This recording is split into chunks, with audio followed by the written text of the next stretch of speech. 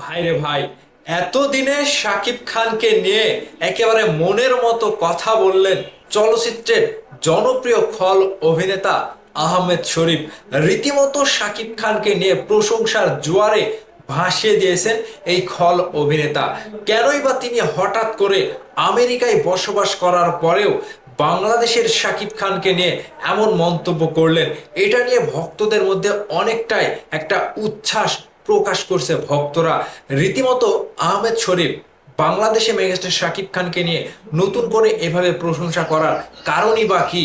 যে শাকিব খান তার নিজের একটা দর্শক তৈরি করেছে। এক কথায় সত্যি কথা বলতে, শাকিব খান না থাকলে বাংলাদেশের ইন্ডাস্ট্রি ধূলিসাৎ হয়ে যেত। ভাইরে ভাই, কথাটার দম কতটুকু আপনারা কি বুঝতে পারছেন? হঠাৎ কেনই বা আহমেদ শরীফ এরকম মন্তব্য করেছে? অনেকেই জানতে চেয়েছেন আহমেদ শরীফ কি বেঁচে আছে। আপনাদের মাঝে বিষয়টা নিয়ে আমি বিস্তারিত কিছু কথা বলবো, যেগুলো আপনাদের কাছে ভালো লাগবে, কিংবা আহমেদ শরীফকে নতুনভাবে আবারও মেগাস্টার শাকিব খানের নতুন কোনো সিনেমায় আসতে চলেছে। হ্যালো এভরিওয়ান, আমি লিখন আছি আপনাদের সাথে। প্রথমত বলে রাখি, বাংলাদেশের খল অভিনেতা, একসময়ের জনপ্রিয় অভিনেতা ছিলেন এই আহমেদ শরীফ।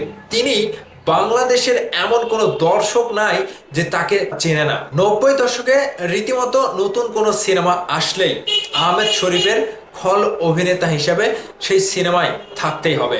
এক কথায় শাকিব খানের বিশাল বড় বড় কয়েকটা জনপ্রিয় সিনেমার খলনায়ক ছিলেন এই আহমেদ শরীফ, খল অভিনেতা ছিলেন এই আহমেদ শরীফ। তো তিনি বাংলাদেশের ইন্ডাস্ট্রি থেকে এখন দূরে আমেরিকাতে বসবাস করে, সেখানে স্থায়ী। তো এই যে বর্তমান সময়ে শাকিব খান ভাই যখন ইন্ডাস্ট্রির হাল ধরেছে, সেই জায়গা থেকে আহমেদ শরীফ শাকিব খান ভাই রাজকুমার সিনেমায় তাকে দেখা গিয়েছে। খুব একটা কমার্শিয়াল সিনেমায়, বড় বড় সিনেমায় শাকিব খানের সাথে দেখা না গেলেও ওই রাজকুমার সিনেমাতে দেখা গিয়েছিল। তারপর থেকে আহমেদ শরীফ পর্দায় কিন্তু সরব, শাকিব খানকে নিয়ে বেশ ভালো ভালো মন্তব্য করে বসে। এক কথায় শাকিব খানের প্রশংসা করে। আবার বাংলা সিনেমা নিয়েও তার একটা নতুন একটা চিন্তা ভাবনা তৈরি হয়েছে। তো অনেকেই জানতে চেয়েছিলেন এই খল অভিনেতা আহমেদ শরীফ কি বেঁচে আছে? হ্যাঁ, অবশ্যই তিনি এখনো বেঁচে আছে, তিনি এখনো আমাদের মাঝে আছে। তিনি চলচ্চিত্র নিয়ে আবারও নতুনভাবে চিন্তা ভাবনা শুরু করেছে। আমি যতটুকু জানি তিনি বাংলাদেশে এসেছেন, এবং বাংলাদেশে এসে তিনি চ্যানেল আই শাকিব খানকে নিয়ে একটা সাক্ষাৎকার দিয়েছেন। সেখানে তিনি একটা স্পষ্টভাবে সত্যি কথাই বলেছেন যে শাকিব খান না থাকলে ইন্ডাস্ট্রি ধূলিসাৎ হয়ে যেত। এই কথার গুরুত্ব এবং এই কথাটা কতটুকু দম, সেটা আপনাদের সাথে আমি একটা বিস্তারিত আলোচনা করছি। দেখেন, শাকিব খান ভাই যেভাবে দর্শক তৈরি করেছে, তিনি নিজের যে একটা অস্তিত্ব, নিজের যে একটা ভারত্ব, নিজের যে একটা দর্শক সাকিবিয়ান, এই সাকিবিয়ান গোষ্ঠীকে তৈরি করতে শাকিব খানের দীর্ঘ 25 থেকে 26 বছর কেটে গিয়েছে। সেই জায়গা থেকে শাকিব খানের কাছে অনেক অনেক খল অভিনেতা এসেছে, আহমেদ শরীফ থেকে শুরু করে মিশা সওদাগর, বাংলাদেশের আরো যারা রয়েছিল, সাদেক বাচ্চু, এটিএম শামসুজ্জামান, অনেকেই কিন্তু এসেছে। অনেকেই কিন্তু আবারও কেউ বেঁচে আছে, কেউ বেঁচে নেই, অনেকেই কিন্তু চলে গিয়েছে। বর্তমান সময়ে শাকিব খান ভাই কিন্তু সেখানেই টিকে আছে। সেই জায়গা থেকে ইন্ডাস্ট্রির ধারক ও বাহক, কিংবা ইন্ডাস্ট্রিকে লিড করা, এই যে 26 বছরের যে একটা নতুন চিন্তা ভাবনা, হয় না যে বাংলাদেশে যদি আপনি শুধু বসে থাকেন তাহলে সেই বিস্তারটা লাভ করতে পারবেন না। আর শাকিব খান ভাই বিশ্বব্যাপী যে একটা বিস্তার লাভ করেছে, সেটা দেখে আহমেদ শরীফ অবাক।